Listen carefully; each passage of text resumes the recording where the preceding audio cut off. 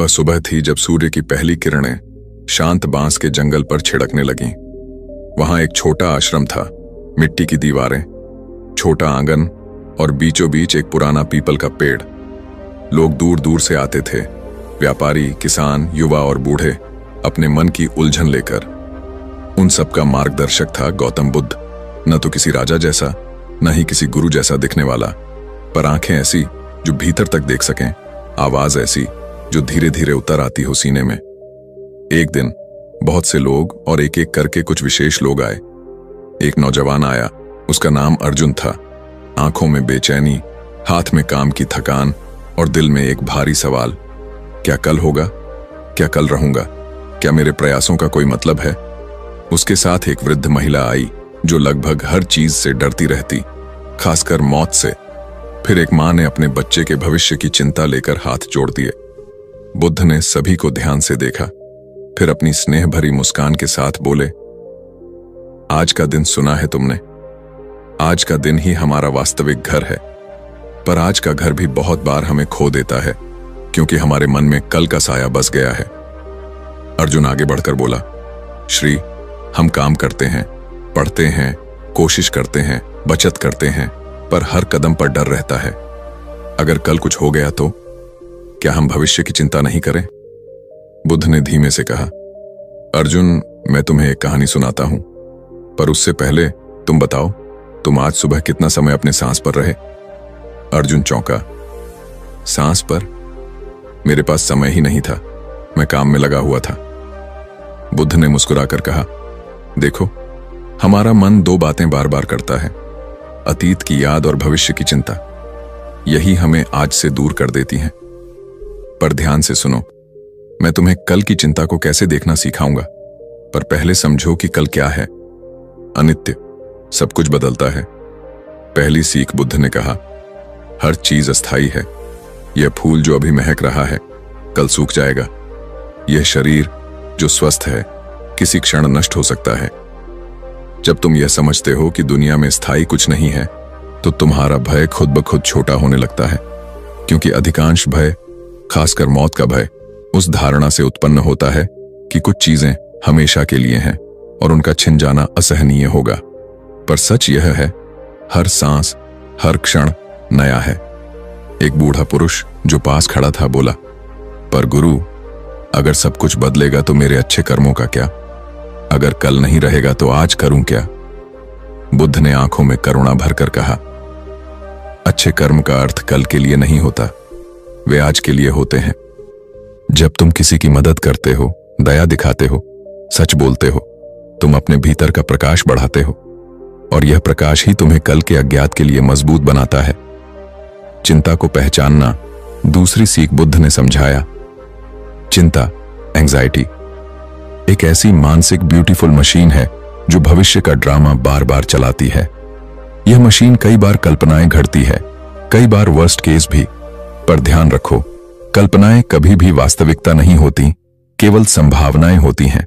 इसलिए जब तुम पाते हो कि मन कल के बारे में बार बार सोच रहा है, तो उससे कहो, यह केवल एक विचार है, उसे खिलौना समझो, उसे हाथ में लेकर छोड़ दो। वह ने एक साधु पूछ लिया, गुरु, पर विचार तो बार बार आते हैं, उन्हें कैसे शांत करूं? बुद्ध ने कहा, सांस। आज की सबसे सादी तकनीक यही है। जब भी भय या चिंता आए, 5 गहरी सांसें लो। महसूस करो कि हवा अंदर आती है और चली जाती है।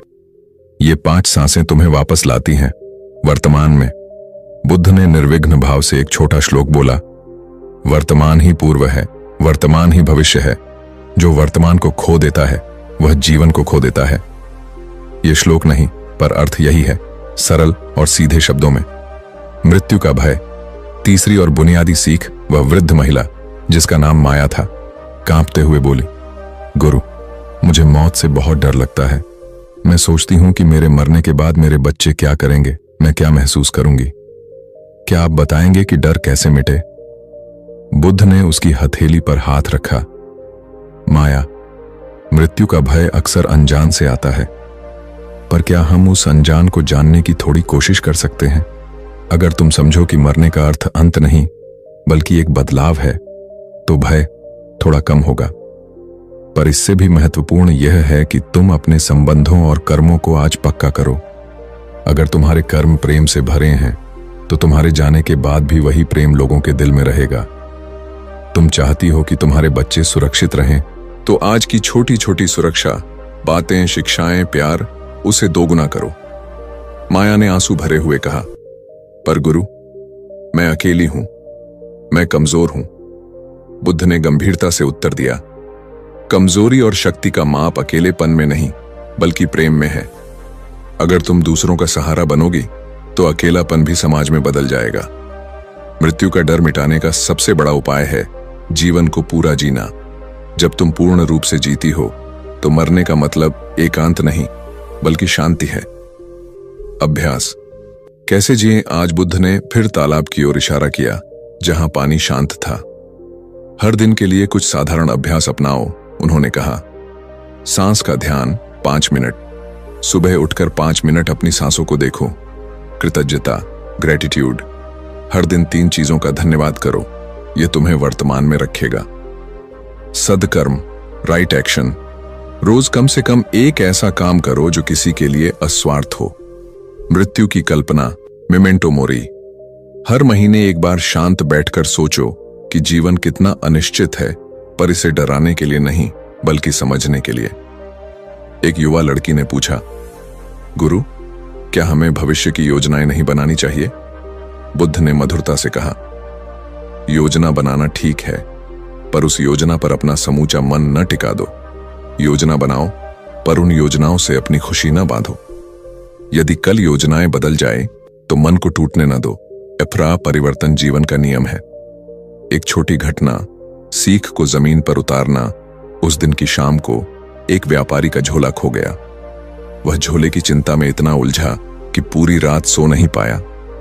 अगले दिन उसने बुद्ध से पूछा, क्या मुझे झोला ढूंढना चाहिए या स्वीकार कर लेना चाहिए? बुद्ध ने कहा, तुमने जो भी किया वह तुम्हारे कर्म है। अब करने का अर्थ है तुम्हारी ऊर्जा कहां लगानी है। अगर झोला वापस मिल सकता है कोशिश करो, पर कोशिश करते समय भी अपना मन शांत रखो। और अगर नहीं मिला तो एक्सेप्ट करने की शक्ति खोजो, ताकि कोई और अच्छे काम के लिए तुम्हारा मन बाधित न रहे। व्यापारी ने अनुभव किया कि जब उसने शांत होकर झोला ढूंढा तो उसने कई लोगों की मदद कर दी। एक बच्चे को रास्ता दिखाया, एक बूढ़े की थकान कम की, और आखिर में झोला भी मिल गया। उसकी खुशी केवल वापस मिले सामान की नहीं थी, बल्कि यह जानकर कि उसकी चिंता ने उसे दूसरों से जोड़ दिया। उसके मन में अलग तरह की शांति आई। सभी शिष्य पीपल के पेड़ के नीचे बैठे थे। पिछले दिन की शिक्षा के बाद वे भीतर ही भीतर हल्के महसूस कर रहे थे, लेकिन सवाल अभी भी बाकी थे। जीवन की राह लंबी है और हर कदम पर नई उलझने। बुद्ध ने अपनी शांत दृष्टि चारों ओर फैलाई और बोले, तुम सब पूछते हो कि जिंदगी कैसे जी जाए। आज मैं तुम्हें 4 द्वार दिखाऊंगा। अगर तुम इन चारों से होकर चलोगे तो जीवन के हर डर और हर चिंता का हल मिलेगा। पहला द्वार, संवेदनशीलता, अवेयरनेस, माइंडफुलनेस। एक युवा किसान बोला, गुरुजी, मैं खेत में काम करता हूं। कभी बीज अच्छे उगते हैं, कभी बरसात धो देती है। हर दिन चिंता रहती है, मेरे परिवार का क्या होगा। बुद्ध ने मुस्कुराकर कहा, किसान, तुम्हारी चिंता तुम्हारे खेत को नहीं बचा सकती, पर तुम्हारी संवेदनशीलता, तुम्हारा जागरूक मन वही बचा सकता है। संवेदनशीलता का अर्थ है जो काम कर रहे हो उसी में पूर्ण हो जाओ। बीज बोते समय केवल बीज बो, खाते समय केवल भोजन खाओ, बच्चों से मिलते समय केवल उनसे प्रेम करो। तुम चिंता से खेत को नहीं बचाते, तुम आज के कर्म से आने वाले कल को आकार देते हो। दूसरा द्वार, करुणा, कंपैशन। भीड़ में से एक व्यापारी खड़ा हुआ, गुरुजी, मैं धन कमाता हूं, पर भीतर हमेशा खालीपन लगता है। हर रात डरता हूं कि मेरा धन छिन जाएगा, क्या करूं? बुद्ध ने उत्तर दिया, व्यापारी, धन से तृप्ति नहीं मिलती, धन से केवल सुविधा मिलती है। तृप्ति केवल करुणा से आती है। तुम्हारे पास इतना है कि तुम बांट सकते हो। आज किसी भूखे को खिलाओ, किसी नंगे को वस्त्र दो, किसी अकेले को मुस्कान दो। याद रखो, जो व्यक्ति केवल अपने लिए जीता है वह हर पल डर में जीता है, और जो करुणा से जीता है उसका हर पल सुरक्षा में बीतता है। व्यापारी की आंखें भर आईं। उसी क्षण उसने निश्चय किया कि अब अपने व्यापार का कुछ अंश गरीबों के लिए रखेगा। तीसरा द्वार, संन्यास, डिटैचमेंट, लेटिंग गो। एक मां ने अपने छोटे बेटे को गोद में लेकर पूछा, गुरुजी, मैं हर समय अपने बेटे के बारे में सोचती रहती हूं, अगर उसे कुछ हो गया तो, मैं उसे खो बैठी तो। बुद्ध ने कोमलता से कहा, मां, प्रेम और आसक्ति में अंतर है। प्रेम पवित्र है, पर आसक्ति दुख लाती है। जब तुम बेटे को सिर्फ अपने सुख का साधन मानोगी तो डर बना रहेगा, पर जब तुम बेटे को एक स्वतंत्र आत्मा मानोगी जिसे जीवन की यात्रा खुद करनी है, तब तुम्हारा भय कम होगा। संन्यास का अर्थ यह नहीं कि बेटा छोड़ दो। संन्यास का अर्थ है उसे बंधन से मुक्त कर दो। प्रेम करो, पर बंधन मत बनाओ। मां ने आंसू पोंछे और बेटे को पहली बार खुले मन से मुस्कुराकर देखा। चौथा द्वार, सही प्रयास, राइट एफर्ट। अर्जुन, जो पहले दिन चिंता से भरा नौजवान था, बोला, गुरुजी, अगर कल अनिश्चित है तो प्रयास क्यों करें? क्यों पढ़ें? क्यों काम करें? क्यों लक्ष्य बनाएं? बुद्ध ने गंभीर होकर कहा, अर्जुन, कल अनिश्चित है, पर इसका अर्थ यह नहीं कि प्रयास व्यर्थ है। प्रयास ही जीवन है। सोचो, अगर किसान बीज न डाले तो फसल कैसे होगी? अगर मां बच्चे को न सिखाए तो भविष्य कैसे बनेगा? पर प्रयास का अर्थ यह नहीं कि परिणाम पर चिपक जाओ। तुम्हारा काम है बीज डालना। फसल होगी या नहीं, यह वर्षा और ऋतु पर निर्भर है। पर अगर तुम बीज ही नहीं डालोगे तो कुछ भी नहीं उगेगा। अर्जुन की आंखों में चमक आ गई। तो गुरुजी, मुझे बीज डालना है, परिणाम की चिंता किए बिना। बुद्ध ने सिर हिलाया। हां, यही है सही प्रयास। बुद्ध का निष्कर्ष बुद्ध ने सबको देखकर कहा, इन 4 द्वारों से गुजरना सीखो। संवेदनशीलता, वर्तमान में रहो। करुणा, दूसरों से प्रेम बांटो। संन्यास, बंधन छोड़ो पर प्रेम बनाए रखो। सही प्रयास, कर्म करो, परिणाम को छोड़ दो। तब जीवन का हर डर मिट जाएगा, मौत का डर भी, क्योंकि तुम जानोगे कि तुमने जीवन को पूरा जी लिया है। एक छोटी कथा मन को बांधने के लिए। बुद्ध ने अंत में एक छोटी कहानी सुनाई। एक आदमी नदी किनारे बैठा था। वह सोच रहा था, अगर कल बारिश हुई तो मेरी नाव बह जाएगी, अगर धूप हुई तो मेरी फसल सूख जाएगी। उसका पूरा दिन चिंता में निकल गया।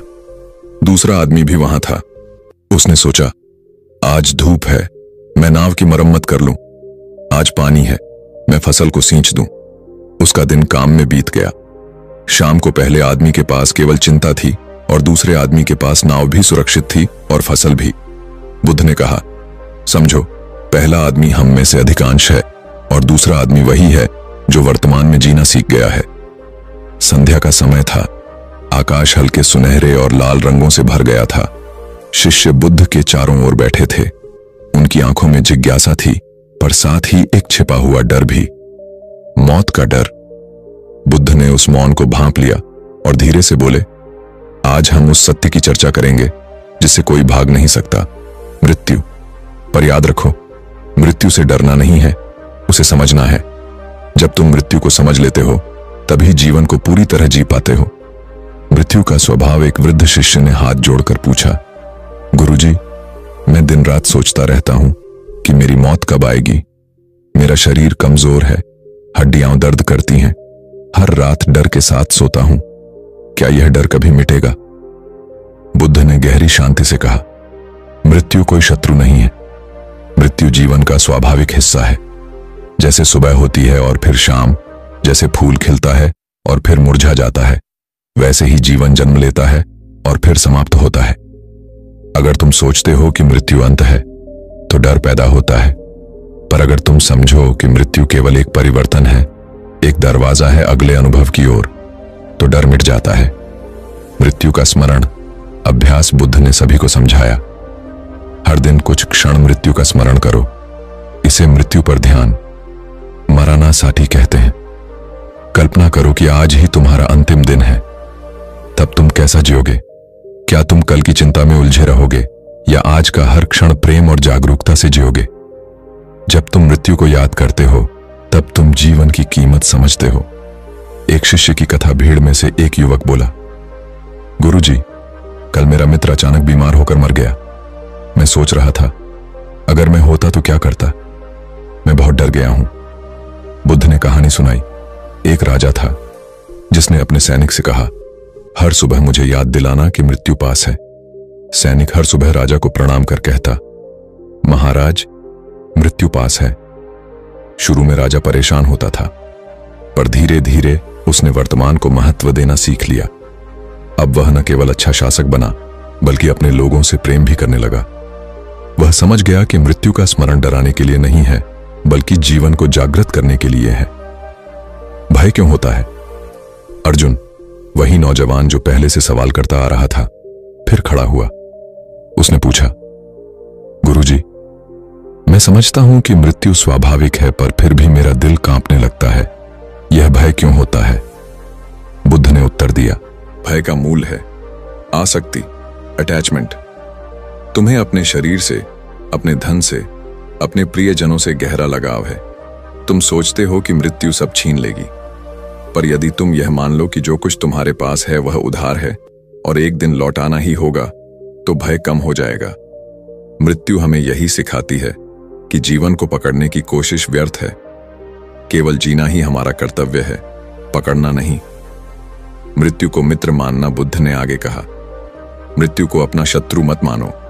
जब तुम मृत्यु को शत्रु मानते हो तो हर पल भय में जीते हो, पर जब तुम मृत्यु को मित्र मानते हो तो वह तुम्हें रोज याद दिलाती है, आज का दिन तुम्हारा है। आज प्रेम करो, आज सत्य बोलो, आज अच्छा कर्म करो।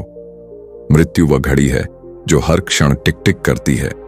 अगर तुम उसे सुनते हो तो तुम वर्तमान में पूरी तरह जीते हो। एक व्यावहारिक दृष्टांत बुद्ध ने अपने पास रखे दीपक को उठाया।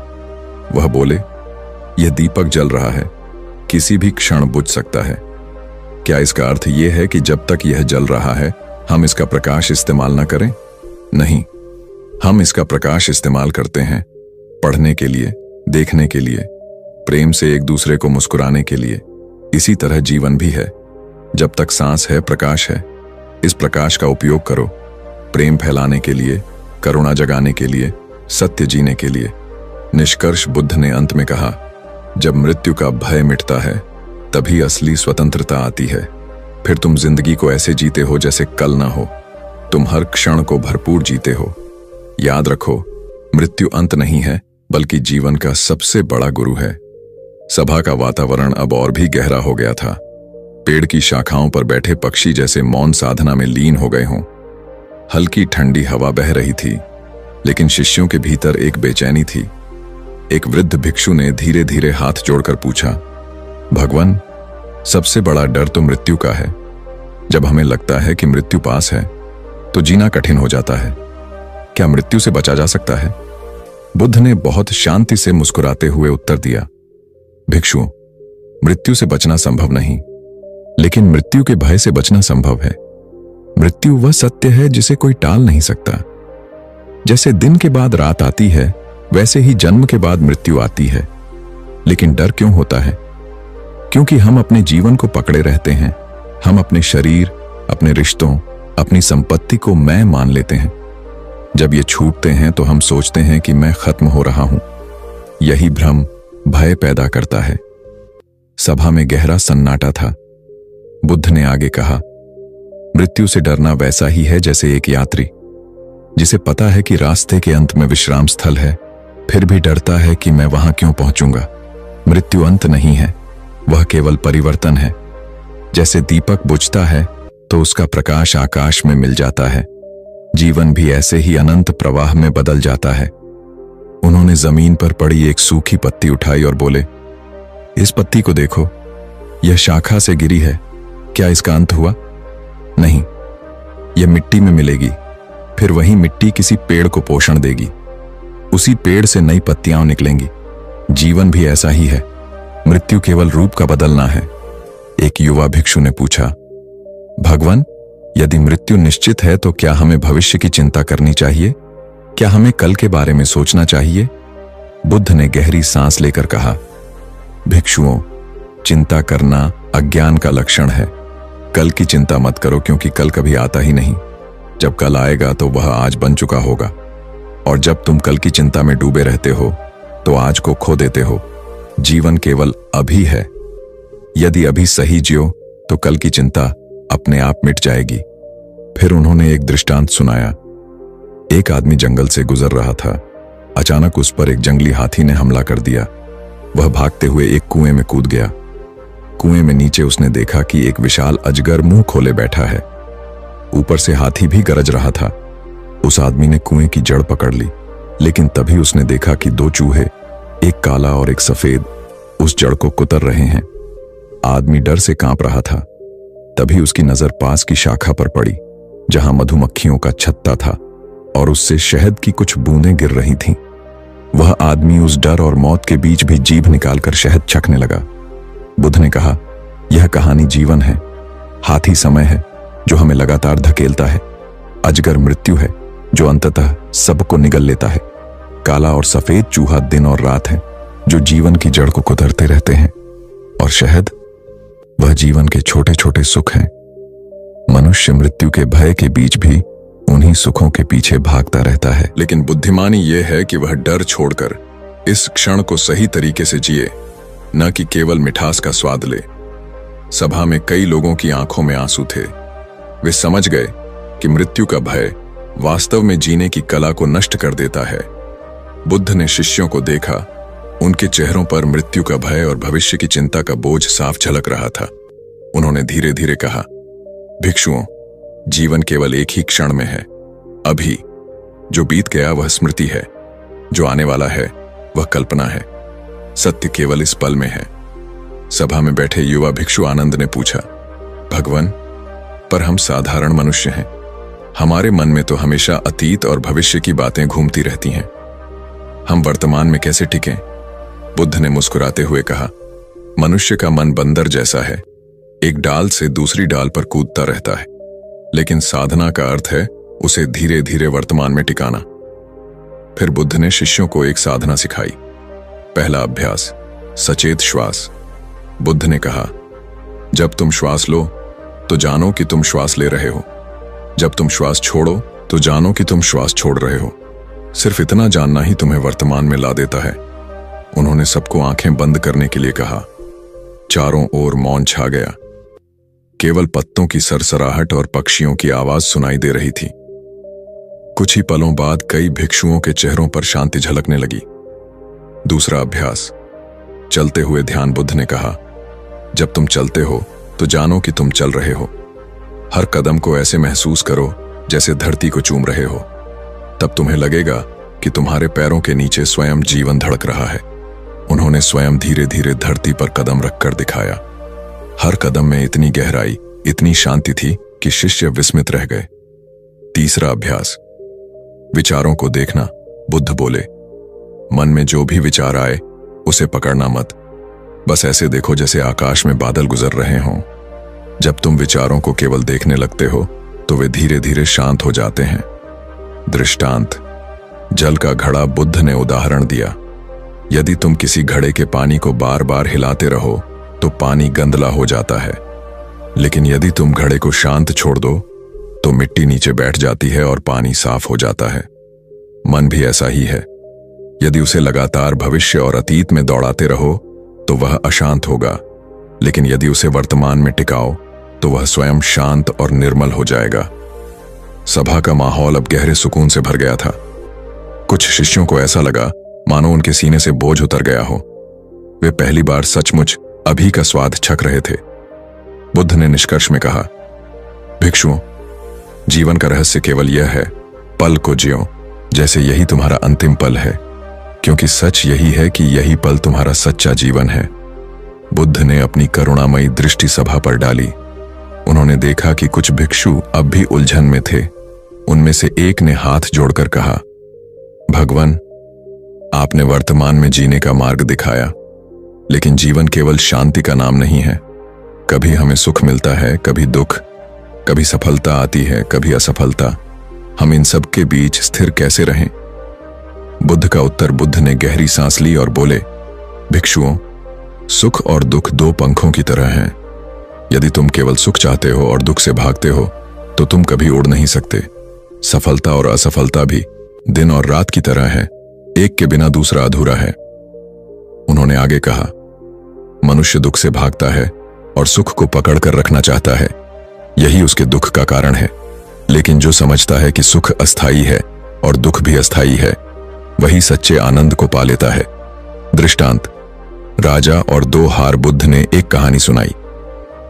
एक बार एक राजा ने दो हार बनवाए। एक हार सोने का था जिसमें अनमोल रत्न जड़े थे। दूसरा हार साधारण लकड़ी के मनकों का था। राजा ने दोनों हार महल में टांग दिए। कुछ दिन बाद महल में चोर आए। उन्होंने सोने का हार चुरा लिया, लेकिन लकड़ी का हार वैसा ही टंगा रहा। राजा ने कहा, सोने का हार गया, लेकिन लकड़ी का हार अभी भी मेरे पास है। यही सच्चा आनंद है जो कोई चुरा नहीं सकता। बुद्ध ने समझाया, सोने का हार सुख है जो कभी भी छिन सकता है। लकड़ी का हार आंतरिक शांति है जिसे कोई छीन नहीं सकता। जिसने भीतर का हार पा लिया, उसके लिए बाहर की हार जीत मायने नहीं रखती। संभव का अभ्यास। बुद्ध ने कहा, भिक्षुओं, जब तुम्हें सुख मिले तो याद रखो, यह टिकेगा नहीं। जब तुम्हें दुख मिले तो भी याद रखो, यह भी टिकेगा नहीं। जिसने दोनों को समान दृष्टि से देखना सीख लिया, वही मुक्त हो गया। उदाहरण, सूरज और बादल। उन्होंने हाथ उठाकर आकाश की ओर इशारा किया। सूरज हमेशा चमकता है। कभी बादल आकर उसे ढक लेते हैं, लेकिन सूरज गायब नहीं होता। उसी तरह मनुष्य की आत्मा हमेशा शांत है। सुख दुख केवल बादलों की तरह आते जाते रहते हैं। यदि तुम स्वयं को बादल मानोगे तो दुखी रहोगे। यदि स्वयं को सूरज मानोगे तो सदा प्रकाश में रहोगे। सभा मौन थी। कुछ भिक्षुओं के चेहरे पर आंसुओं की लकीरें थीं, लेकिन वे आंसू दुख के नहीं बल्कि गहरे बोध के थे। बुद्ध ने अंत में कहा, जीवन का रहस्य यह नहीं कि तुम केवल सुख पाओ, बल्कि यह है कि तुम सुख दुख दोनों में समान रहो। यही संभव ही सच्चा आनंद है। सभा में गहरी शांति थी। भिक्षु बुद्ध की हर बात को आत्मा में उतार रहे थे। लेकिन एक युवा शिष्य ने धीरे से कहा, भगवान, हम समझते हैं कि सुख दुख अस्थायी हैं, पर मृत्यु का विचार आते ही दिल कांप उठता है। मरण से कैसे न डरें? बुद्ध का उत्तर। बुद्ध ने शिष्य की आंखों में करुणा से देखा और बोले, भिक्षुओं, मृत्यु से डरना वैसा ही है जैसे कोई बच्चा अंधेरे से डरता है। अंधेरा स्वयं में डरावना नहीं है, डर केवल अज्ञान से जन्मता है। उन्होंने धीरे धीरे समझाया, मृत्यु अंत नहीं है। जैसे दिन ढलने पर रात आती है और फिर सुबह होती है, वैसे ही मृत्यु केवल एक परिवर्तन है। तुम्हारी आत्मा, तुम्हारी चेतना, वह कभी नहीं मरती। मृत्यु केवल शरीर का वस्त्र उतारना है। दृष्टांत, पुराना घर और नया घर। बुद्ध ने एक कहानी सुनाई। एक आदमी था जिसका घर बहुत पुराना हो गया था। दीवारें टूट रही थीं, छत टपक रही थी, फिर भी वह घर छोड़ना नहीं चाहता था। उसके मित्रों ने कहा, तुम इस पुराने घर को छोड़ो और नया घर बनाओ। वह आदमी रोने लगा, कैसे छोड़ दूं? मैंने यहीं जीवन बिताया है। लेकिन जब उसने नया घर बनाया और उसमें रहने लगा तो वह हंसकर बोला, मेरा पुराना घर तो बोझ था, अब मैं सचमुच सुखी हूं। बुद्ध ने कहा, शरीर वही पुराना घर है, मृत्यु केवल उस पुराने घर को छोड़ना है। लेकिन आत्मा, वह तो नए घर में, नए रूप में अपना मार्ग जारी रखती है। भय क्यों होता है? बुद्ध ने आगे कहा, मृत्यु से भय केवल इसलिए होता है क्योंकि मनुष्य ने कभी सचमुच जीना नहीं सीखा। जो व्यक्ति वर्तमान में जीना जानता है, जो हर पल को गहराई से जीता है, वह मृत्यु से डरता नहीं, क्योंकि उसके पास खोने को कुछ नहीं होता। उदाहरण, दीपक की लौ। उन्होंने अपने सामने रखे दीपक की ओर इशारा किया। जब दीपक की लौ बुझती है, क्या उसका प्रकाश गायब हो जाता है? नहीं, वह केवल आकाश में मिल जाता है। वैसे ही जब शरीर समाप्त होता है तो आत्मा ब्रह्मांड के अनंत प्रवाह में मिल जाती है। सभा में बैठे लोग जैसे हल्के हो गए। उनके चेहरों पर एक नई चमक थी। उन्हें लगा कि मृत्यु कोई शत्रु नहीं, बल्कि जीवन का स्वाभाविक हिस्सा है। निष्कर्ष, बुद्ध ने अंत में कहा, भिक्षुओं, मृत्यु का भय केवल उसी को होता है जो जीवन से चिपका रहता है, जो समझता है कि जीवन एक अनमोल अवसर है सीखने और जागने का। वह मृत्यु को मुस्कुराकर गले लगाता है, और जो मृत्यु से नहीं डरता, वही सच में जीता है। सभा में बैठे शिष्यों के हृदय अब मृत्यु के भय से बहुत हल्के हो चुके थे। लेकिन बुद्ध जानते थे, जीवन केवल मृत्यु से मुक्त होने का नाम नहीं, बल्कि निडर होकर जीने का नाम है। उन्होंने शांत स्वर में कहा, भिक्षुओं, जब मनुष्य मृत्यु से नहीं डरता तभी वह सचमुच स्वतंत्र होता है। लेकिन अधिकांश लोग जीवन भर बंधनों में जीते हैं। धन का बंधन, प्रतिष्ठा का बंधन, रिश्तों का बंधन, इच्छाओं का बंधन।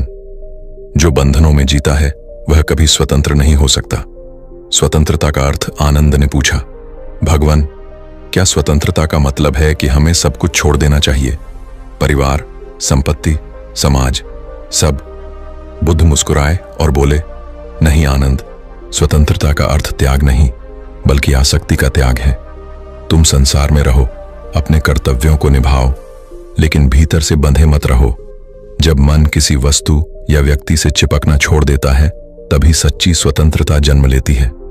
दृष्टांत, कमल का फूल। बुद्ध ने उदाहरण दिया, देखो, कमल का फूल पानी में खिला है, उसकी जड़ें मिट्टी में हैं, तना पानी में है, लेकिन उसका फूल पानी से ऊपर निर्मल और सुंदर है। वह पानी में रहते हुए भी पानी से गंदा नहीं होता। मनुष्य को भी ऐसा ही होना चाहिए। संसार में रहो पर संसार से बंधो मत। यही सच्ची स्वतंत्रता है। निडरता का रहस्य एक भिक्षु ने पूछा, भगवान, यदि सब कुछ अस्थायी है तो निडर होकर जीने का क्या अर्थ है? बुद्ध ने कहा, निडर होना मृत्यु से लड़ना नहीं है, निडर होना दुख से भागना नहीं है। निडरता का अर्थ है हर स्थिति को वैसा ही स्वीकार करना जैसा वह है। जिसने स्वीकार करना सीख लिया उसके जीवन में भय का कोई स्थान नहीं रहता। उदाहरण, योद्धा और तलवार। बुद्ध ने कहानी सुनाई। एक योद्धा था जो युद्ध में हमेशा भयभीत रहता था। उसके हाथ कांपते थे, तलवार गिर जाती थी। एक दिन उसके गुरु ने कहा, तुम तलवार को पकड़ते हो क्योंकि तुम्हें लगता है कि वही तुम्हें बचाएगी, लेकिन जब तुम समझ जाओगे कि जीवन और मृत्यु दोनों ही निश्चित हैं, तब तलवार की जरूरत नहीं बचेगी। तब तुम बिना भय के युद्ध करोगे। और सचमुच जब योद्धा ने मृत्यु को स्वीकार लिया, वह अजेय बन गया। निष्कर्ष, बुद्ध ने कहा, भिक्षुओं, स्वतंत्रता का अर्थ है न किसी वस्तु से बंधना, न किसी भय में जीना। और निडरता का अर्थ है हर क्षण को स्वीकार करना। जो स्वतंत्र और निडर है वह मृत्यु से पहले ही अमर हो जाता है। सभा मौन थी। भिक्षुओं के हृदयों में एक अद्भुत प्रकाश फैल गया। उन्हें पहली बार लगा कि जीवन को वास्तव में जिया जा सकता है, बिना भय, बिना बंधन, पूर्ण स्वतंत्रता के साथ। बुद्ध ने देखा कि शिष्य अब मृत्यु और भय के बंधन से मुक्त होने लगे हैं। उनकी आंखों में नई चमक थी, लेकिन बुद्ध जानते थे कि केवल भय से मुक्त होना ही पर्याप्त नहीं है। जीवन का असली उद्देश्य है खुशहाल और करुणामयी जीवन जीना।